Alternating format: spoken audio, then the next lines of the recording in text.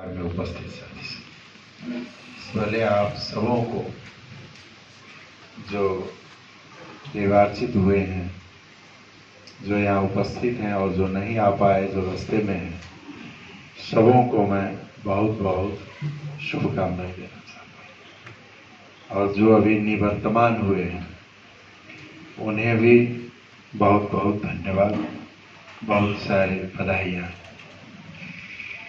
निश्चित रूप में मधेश, नेपाल में मधेशियों का जो अवस्था है, जो मधेश का अवस्था है, उससे अलग मधेसी कर्मचारियों का अवस्था कैसे हो सकता है। मधेश के साथ अभी भी एक उपनिवेश के तरह यहाँ के शासक लोग व्यवहार करते हैं, जिसे हम लोगों ने आंतरिक उपनिवेशवाद कहा है। शासन उस मधेश, वहाँ की सभ्यता, भाषा, संस्कृति, इतिहास अपना है और इन लोगों से अलग भी है। लेकिन वहाँ का अर्थव्यवस्था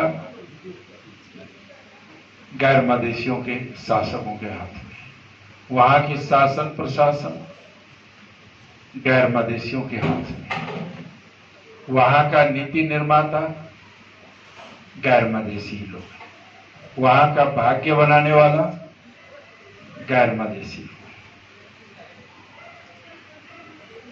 वहाँ का सारा नियंत्रण दूसरे के हाथ में। केवल आर्थिक दोहन और शासन निरंतर चला रहा है। मधेश आंदोलन इसी को खत्म करने के लिए हुआ। खत्म तो पूरी तरह नहीं हुई, लेकिन कमजोर हुआ है। राजनीतिक स्तर पर मधेशियों का प्रतिनिधित्व बढ़ा है। कर्मचारी तंत्र में थोड़ा बहुत मधेसी कोटा के मुताबिक आगे आया है, लेकिन अभी भी जो मधेसी कोटा के अलावा सीट है, वहां मधेसियों को तो घुमा फिरा करके प्रतिबंधी जैसा लगा है। और इस तरह की प्रणाली है। संघीयता, सुशासन और स्वायत्तता अधिकार का आधार, उसका संघीयता का आधार है। लेकिन प्रदेश का संरचना गलत है, जो मधेश को टुकड़े टुकड़े किया है। वहां स्वायत्तता और सुशासन का नामो निशान नहीं है। तो फिर यह संघीयता अत्यंत कमजोर नाम मात्र का संघीयता है। संघीयता वाले देशों में देखेंगे तो वहां प्रदेश में स्वशासन यानी स्वायत्तता होती है और केंद्र में साझेदारी होती है। प्रदेश में स्वायत्तता को तो नाम निशानों नहीं है और केंद्र में साझेदारी थोड़ी बहुत है। ये अवस्था को जब तक हम बदलेंगे नहीं, जब तक इस परिस्थितियों को खत्म नहीं किया जाएगा, तब तक तो यही रोना धोना तो होता ही रहेगा। इसलिए अब भी हमें इन अवस्थाओं को खत्म करने के लिए, जब अधिकार संपन्न होंगे, तभी जाकर के बराबरी का दर्जा व्यवहार ये लोग करेगा और बराबरी का दर्जा देगा। अगर हम नहीं लड़ सके, अपने जगह पर अपना सुशासन, अपने अधिकार अपना प्रतिनिधित्व नहीं पा सके, स्थापित नहीं कर सके, तो दूसरा तो शासित न समझेगा। शासित को थोड़ी कोई बराबर का दर्जा देता है, ये नहीं देता है। हाँ, कुछ लोग मधेश में उन लोगों को पीछे लग करके थोड़ा खा पी लेते हैं, उनको चिंता अलग होगी। भारत में भी होता था। भारत में जब स्वतंत्र हो रहा था तो उस अंग्रेज के जमाने में भी बहुत राजे महाराजे थे जो भारतीय थे, जिनको अंग्रेजों ने खाने पीने ऐश मौज करने की पूरी व्यवस्था कर दी थी। राजे महाराजाओं को, और उनके दिमाग में ये था कि अंग्रेजी है इसलिए ये मिल रहा है।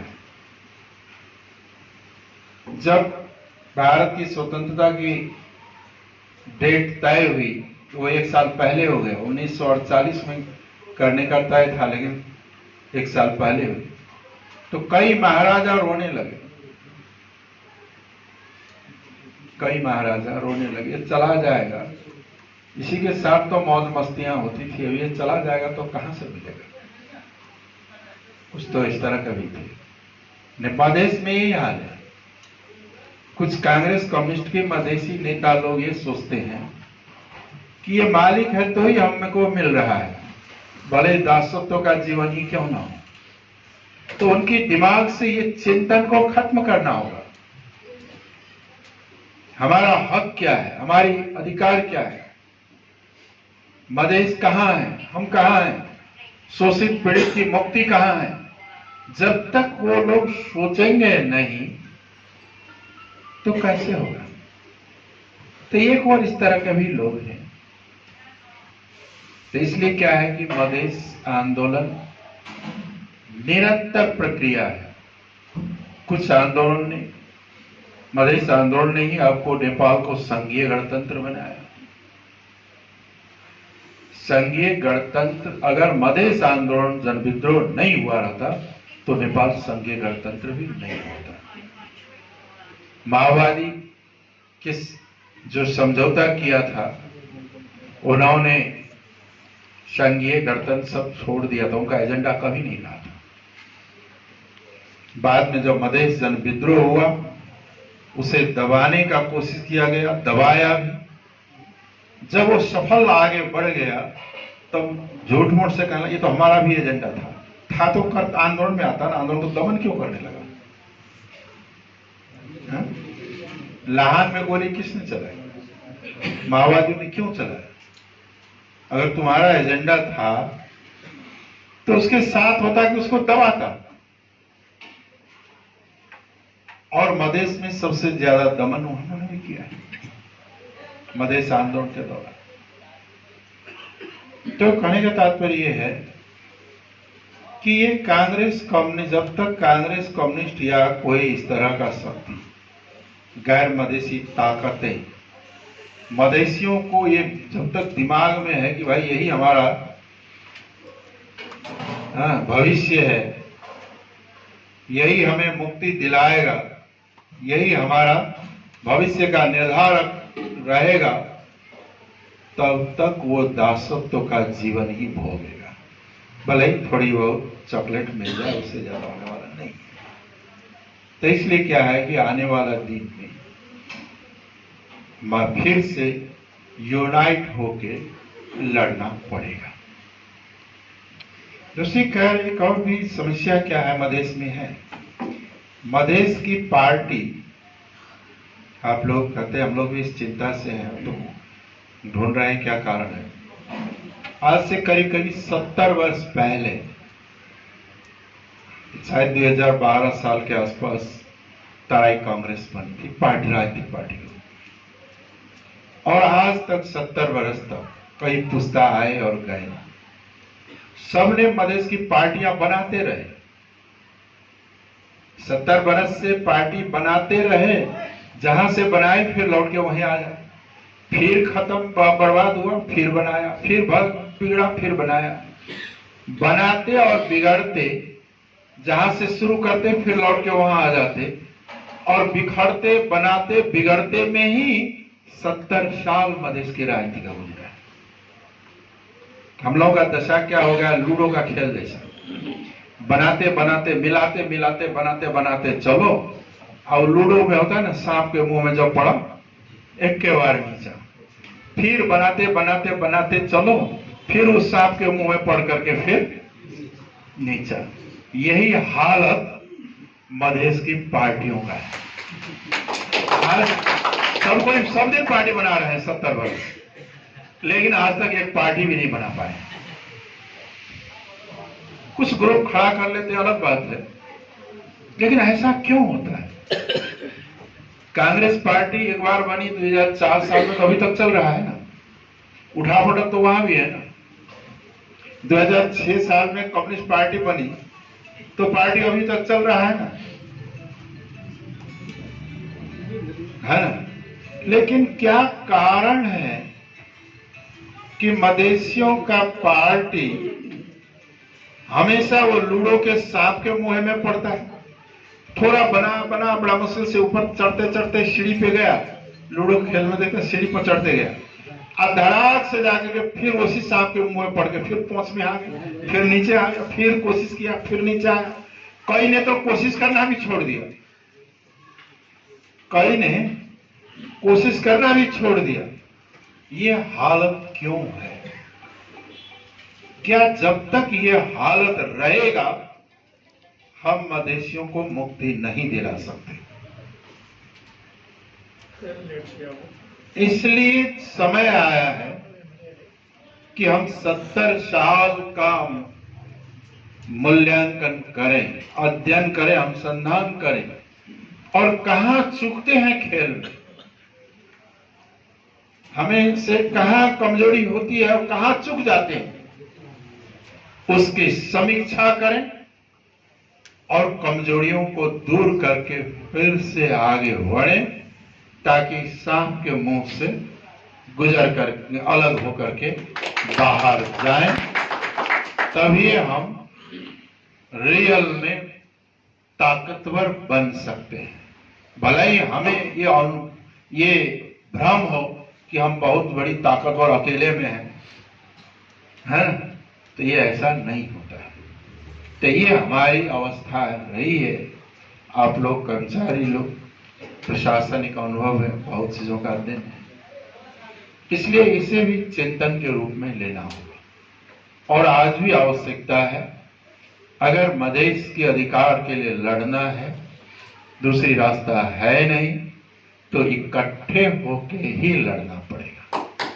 अलग अलग हम लोग भले ही डमरू बजा ले, लेकिन उपलब्धियां हम नहीं ला सकते, ये स्पष्ट है ना।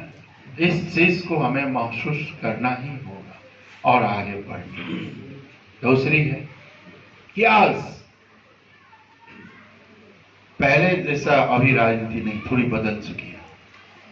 आज एक ताकत है जो ये संघीय गणतंत्र को समाप्त कर दे, ये समावेशिता कोटा जो है इसको समाप्त करे। गणतंत्र, लोकतंत्र, संघीयता को समाप्त करने के लिए भी सड़क में आ रहे हैं। वो पुरानी ताकत जिसे आंदोलन विद्रोह ने विस्थापित कर दिया, फिर से इकट्ठे हो रहे हैं। एक ताकत, उसी का मौसेरा भाई सब है, वो ये है, देख रहा है कि इसको थोड़ा हवा दे दो और इसी बहाने संघीयता और समावेशिता को खत्म करो, वो या इससे आगे न बढ़ जाए, अपनी वर्चस्व को कैसे काम रखे। उनको चिंता है कि मधेसी लोग इकट्ठे हो रहे हैं, सबसे बड़ी चिंता उनको। हम लोग उस दिन क्या ये घोषणा कर दी, उन लोगों को नींद भी नहीं लग रहा है कि अब इसको कैसे तोड़ा जाएगा फिर से। उसके लिए वो लोग इकट्ठे होने लगे, लेकिन हम लोग अच्छी तरह से आपस में बोल भी नहीं पा रहे। कैसे दुर्भाग्य है उन लोगों का। तो उनको चिंता है कि मधेसी मिल रहे हैं, आदिवासी जनजाति मिल रहे हैं, शोषित पीड़ित जनताएं मिल रही है, ओबीसी आ रहा है, और सब थारू सब भी यूनाइट होने की कोशिश में है। ये सबसे खतरा उनके लिए, ये दोनों भाइयों के लिए। एक जो गणतंत्र को खत्म करके संघीयता को खत्म करना चाहता है, दूसरा भाई है कि गणतंत्र को तो ठीक है, लेकिन संघीयता और सब जो समावेशिता है ये बड़ा खराब है, ये इसको खत्म करता है। दोनों में तात्विक अंतर क्या हुआ? दोनों में अंतर क्या हुआ? जहां तक रही राजशाही की बात, तो अभी भी 3 राजा तो है ही है, तीनों हम लोगों के लिए राजा से कम है। वहां देखिएगा तीनों के पार्टी में भी मधेसी नेता कार्यकर्ता और गैर मधेसी नेता कार्यकर्ता का बीच का संबंध कैसा है? क्या संबंध होता है? वो संबंध मास्टर और स्लेव का ही होता है, इक्वल नहीं होता है। भले ही कहीं कहीं बड़ा कूदफान करता हो मधेश में, यहां आने के बाद सब ऐसा हो जाता है। कांग्रेस कम्युनिस्टों में देखे हमने कि जैसे ढोढ़िया होता है ना, फाई फुई करता है, लेकिन जब वो है नहीं गनगुआयर होता है, उसके आगे जब पड़ जाता है तो उसका शिथिल हो जाता है पूरा शरीर और वो निकल जाता है। ये हालत है। तो इसमें बदलाव जरूरी है। कहने तो फिर ये है कि ये बदलाव तभी संभव होगा जब मधेश के ताकतें पार्टियां है ना आपस में नहीं लड़ेंगे। तब हम लोगों की दुर्भाग्य है कि हम एक आपस में लड़ते हैं, एक दूसरे को कैसे खत्म करें यही सोचते हैं, और वो जो शासक है वो तमाशा देख करके थपड़ी बजाता है और हंसी उड़ाता है हम लोगों को देखकर। इस अवस्था को अब खत्म करना पड़ेगा, तभी हम लोग मधेश के लिए कर पाते। एक दूसरी है जो मैं कह रहा था कि मधेश के या देश के हित में संघीयता और गणतंत्र और समावेशिता ही है। संघीयता गणतंत्र करके ही लोकतंत्र भी होगा और हमारी पहचान और हमारी प्रतिनिधित्व और अधिकार को हम सुरक्षित कर पा सकते हैं। दूसरी